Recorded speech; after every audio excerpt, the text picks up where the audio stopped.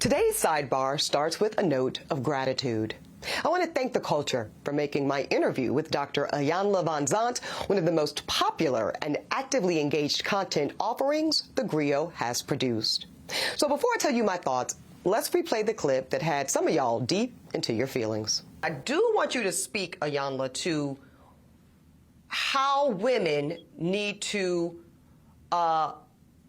position ourselves so that we can be in our divinity, so we can have our crowns right, how we can create and not build, when some of us, quite frankly, feel that the men that are available to us, and I'm talking about across the color spectrum, across the age spectrum, trust me, I've done them all, they are not positioned to protect nor provide because of some of the statistics we just talked about. They're not earning the incomes. They're not having the resources, and some of them are not even showing up in the leadership.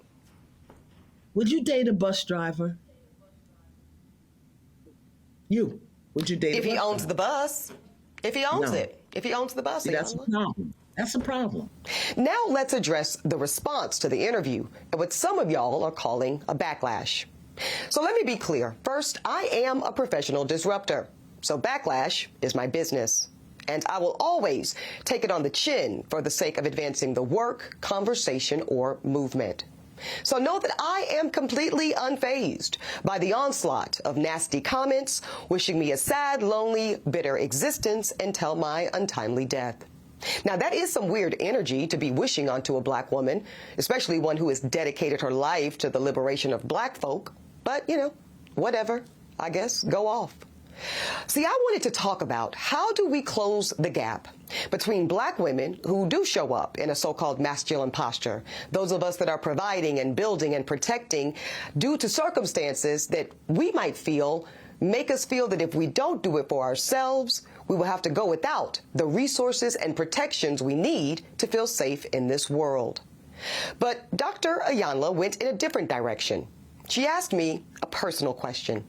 And y'all know I have been extremely transparent about the fact that my life choices and my chosen lifestyle are far outside of the norm. So when I said that I would date the bus owner, a lot of y'all heard something different. Some of you heard the following. Bus drivers are whack. Bus drivers are broke. Oh, and I'm too good for a bus driver. The only thing is, y'all made that part up. See, I said what I said. But then some of y'all started talking about salaries and hourly wages, pensions and benefits. And that's wild because I was never talking about money at all. I was talking about black ownership, but some of y'all made it about money. I'm talking about ownership, black enterprise and entrepreneurship, because really I am talking about black liberation.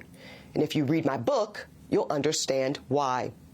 So I'm standing 10 toes down on that position, and I don't really care if you're hurt or offended by it. And since some of y'all are already big mad, let me go ahead and make you incensed. So out of the 50,000 plus comments posted on social, I only saw a handful that even considered the possibility of a bus owner being a more aspirational position and recognizing that I am actually speaking and pouring into the ascension of black men when I said what I said.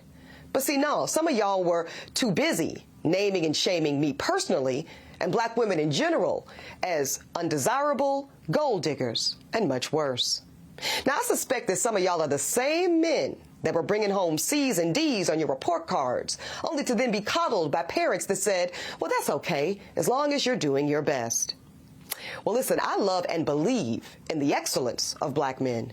So no, my dear, C's and D's or any other form of mediocrity is not okay. No, I will not create a soft place for you or anybody that I love to fall comfortably into the bigotry of low expectations. So I'm going to say one more time, there's absolutely nothing wrong with driving a bus. My mother Gloria drove one for years. But could it be that black America has been sold a narrative of average, regular, and typical being good enough for us? Well, see, that's called white supremacy. And in this case, it takes the form of conditioning black Americans to happily accept being a permanent American underclass. But see, because I know the truth about black folk in America, no, average is not and will never be good enough for me. And the gag is, I don't think it's good enough for you either.